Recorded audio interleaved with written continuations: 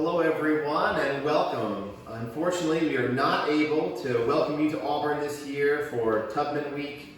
The last 2 years we've opened up the Stewart House Museum's Underground Railroad and this exhibit, which opened in 2019, Forged in Freedom. Everything's being done virtually this year. That doesn't mean you can't come to the Stewart House Museum, however. You can go to our website, stewarthouse.org, and learn how to safely visit us in every tour of the museum. A guided tour of our 205-year-old historic house with nearly original collection ends down here. The original house kitchen and dining room in use by the family from 1816 until the 1840s, after which the Stewart family converts the space to shelter on the Underground Railroad. And next, my colleague Zach is going to show you that portion of the downstairs space. Now we're in the old dining room, which again in 2019 we opened as this new exhibit, Forged in Freedom. It's a bit of an interactive exhibit. It's a series of timelines. You can see them meeting here, red and blue, and its intention was to intertwine the stories of the Stewart family and the Tubman family that intersect right here in the middle, with decisions made on both sides, difficult and dangerous ones, to link themselves together. In the case of the Stewart family, which had spent much of the 1850s, while William Henry Stewart was a senator and leading anti-slavery voice in Washington, establishing this house as a shelter, as a station on the Underground Railroad.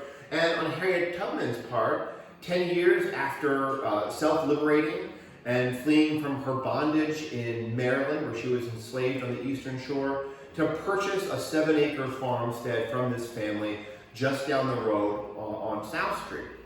A lot of difficult choices, and we weigh those choices and roads taken, roads not taken, and eventually this decision, which brought these two families together in Auburn and in history. We look at the common ground they shared, the relationship, but where these two stories truly fuse and where we can begin to fathom and understand just how much trust, respect, admiration existed between the Stewarts and the Tubmans is in the remarkable story of a young woman named Margaret Stewart. So when you come through here, you can follow both sets of timelines, circle back, do whichever one first you want. There's no right or wrong way to do it, but you find yourself here, considering the story of a 10-year-old girl born on the Eastern Shore in Dorchester County, Maryland in the early 1850s, a few years after Harriet Tubman self-liberated, who in 1862, May of 1862, was taken by Tubman on her last of about 10 journeys back to the Eastern Shore, where over the years she freed more than 70 people, assisted hundreds of others in forging their path from the slaveholding South to the North and to Canada. On this last journey, she went and took Margaret, brought her back to Auburn. Now, who is Margaret Stewart? We don't really know. We've put all the evidence on the table for you to explore. Some believe that she was a secret daughter of Harriet Tubman. Others think maybe a niece or a young girl who reminded her of herself, a family friend. We're not here to tell you what we think, though you might be able to read between the lines here. And certainly, when you visit the Tubman house and you speak to the interpreters there, or part of the National Park Service as well, they'll give you what they think is the story. What we do know is that after returning to Auburn, where she purchased her home about 3 years earlier, Harriet Tubman entrusts this 10-year-old girl to the charge of the Stewart family, originally with Mr. Stewart's sister-in-law, Lizette Miller, who grew up in this house, along with her younger sister, Frances, who would become Mrs. Stewart. And during the Civil War years, as Harriet Tubman herself goes to serve as a spy, a scout, soldier, commander on the fronts in South Carolina, the girl is raised here, alongside the Stewart's own daughter, Fanny. What a remarkable decision. We think it speaks volumes, again, about how each side felt about the other. We unpack her story for you here, picture of Margaret, tell you everything that we know about her time here, her use of the family carriage whenever she would travel, the fact that she was treated not like a servant, but as an equal. We contextualize this. There are other examples of of white families working with African American families. Notably, Frederick Douglass placed his daughter Rosetta with a white family in Albany. We explore the racial dimensions, the political ones, and we try to bring this story back to life. Now, Margaret spends about 3 years here with the family. When Harriet Tubman returns and takes up permanent residence, and she will spend the second half of her life in Auburn, Margaret goes to the Tubman house. Afterwards, she has her own home, almost exactly equidistant between the Stewart house and the Tubman house. She raises her own family. And today, when you can come back to Auburn safely, visit the Stewart House Museum, the Harriet Tubman National Historical Park, and go to Fort Hill Cemetery, where you will find the Stewart plot, the Tubman plot, and indeed, Margaret Stewart as well.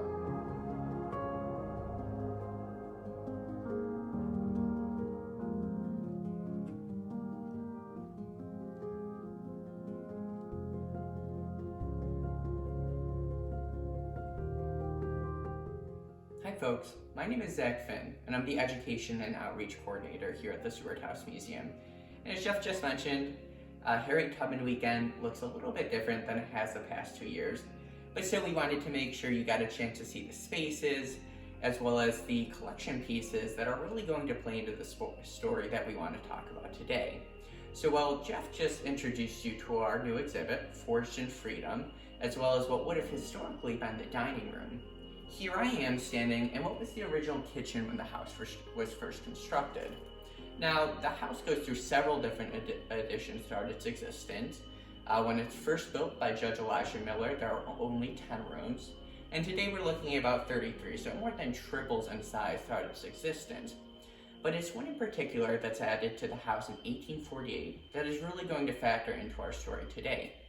In 1848, with this major addition that brings the kitchen and the original dining room from the basement of the house to the upstairs, well, when that happens, this becomes essentially empty or open space that isn't being used by the family.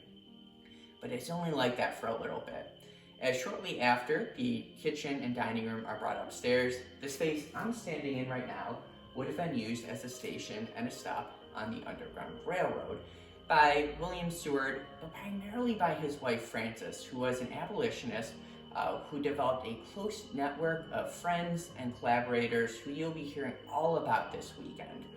So it was primarily Frances who was spearheading using this room as a stop on the Underground Railroad.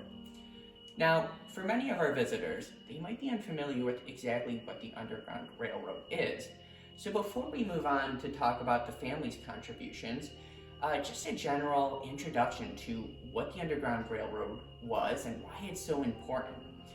So for anyone unfamiliar, the Underground Railroad is referencing a series of safe houses and a network that was used to help those who had self-liberated, those who were enslaved in the South, make their way to freedom in free states or eventually to Canada, where they could be completely free. Now this network, these safe houses, were sponsored by abolitionists and those who were supportive of those who were escaping slavery and self-liberating to freedom. And that's where the Stewarts fall into place in this story. So, as I mentioned, Frances had developed a network, a group of friends of like-minded thinkers who were abolitionists and who were against the institution of slavery. And one of these was Martha Coffin Wright, who Frances writes one time takes her to task or lectures her for her want of boldness in being involved in, at the time, these radical ideas and these radical programs such as the Underground Railroad. So, spurred on by women like Martha Coffin Wright, Frances begins using the original kitchen of the house as a stop on the Underground Railroad. Now, it's very much illegal during this time, and while the Stewart family was protected by a bubble of privilege, both their political connections and their wealth, this was still a very secretive operation. And because the Underground Railroad was clandestine, or again, secretive as a whole, any historian who studied it can tell you it's very difficult to pin down, because oftentimes people aren't writing letters about it, it's word of mouth, so there's not those written sources that typically historians turn to. But still, in this space, we do have a couple primary sources that, tie in the Stewart family story and their involvement in the Underground Railroad. and I want to show those to you before we make our way upstairs to conclude today's video.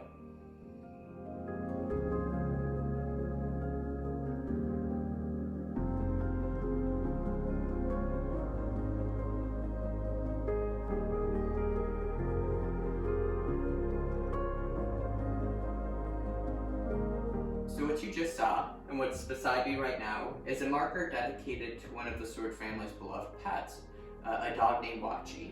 And Watchy was a bulldog, pretty aptly named, as the family had brought him in as a guard dog to watch after the property.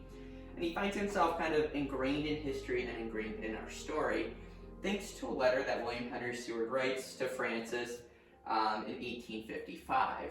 And this is going to be one of the rare cases where Stewart is here in Auburn and not traveling due to his political career, and instead it's Francis Stewart who is away.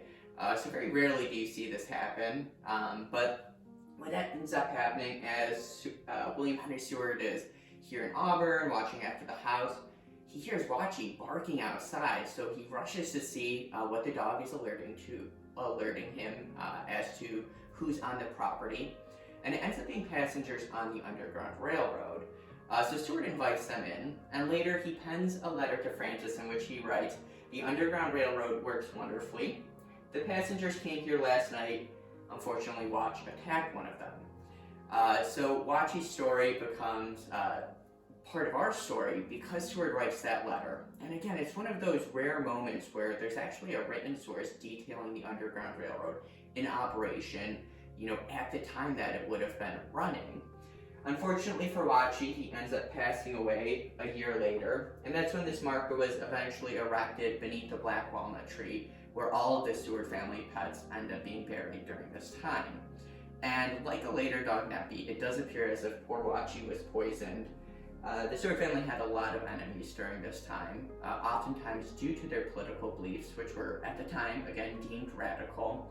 And unfortunately, it appears as if Watchy fell victim to one of those looking to send a message to the Stewart family.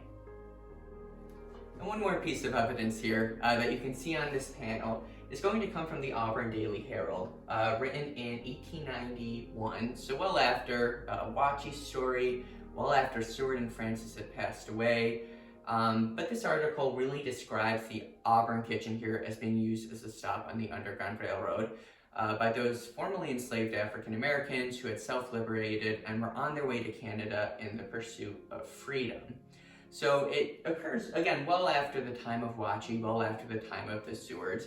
But this 1891 article is going to specifically detail through the experience of those who had actually used the Underground Railroad while self-liberating, using their voices to detail this as a stop on the Underground Railroad. So again, that's probably going to be one of the best primary sources we have looking at this experience during this time. Now, I'm going to turn you over to one of our interns, Aisha, who has been working with the collections and the artifacts left behind by the Stewart family. And she's going to talk about some of the books and some of the publications that the family were reading during this time that really demonstrate their abolitionist leanings.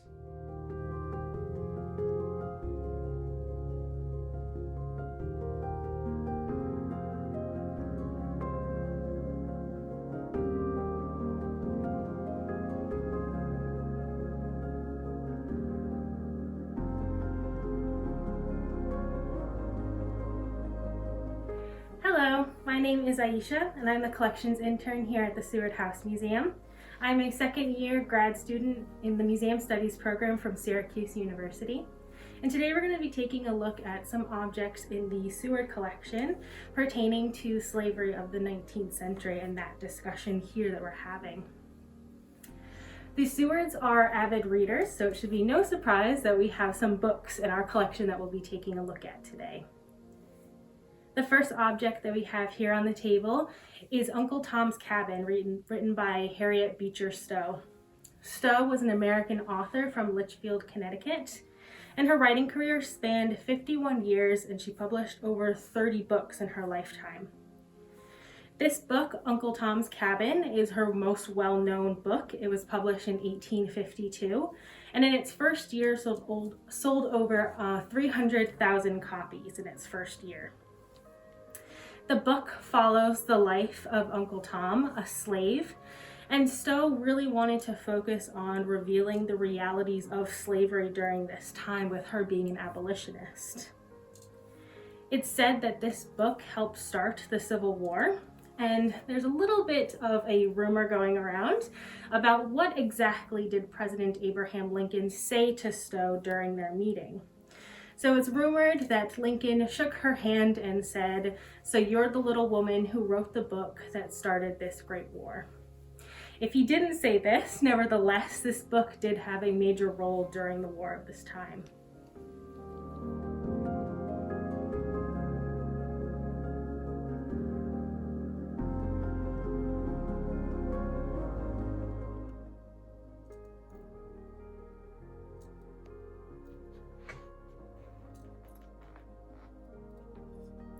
The next object that we have here on this table is our puzzle.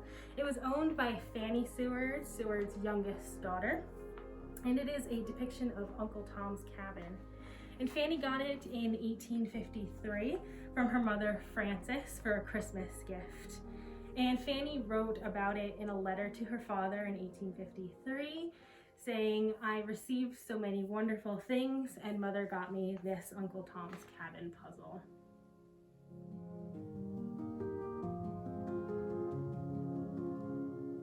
Lastly, on the table we have this book by Wilbur H. Siebert, and it is The Underground Railroad from Slavery to Freedom.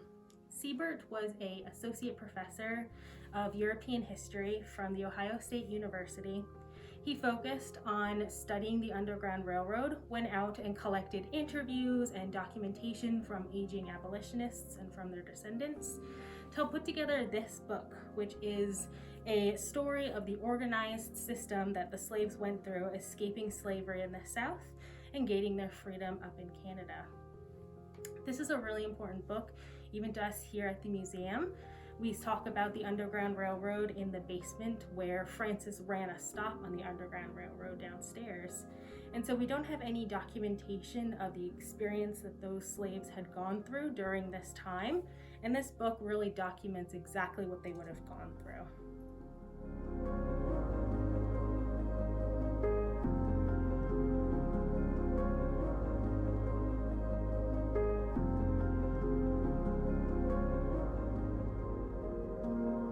Thank you so much for joining me and for taking a closer look at these objects in our Seward House collection.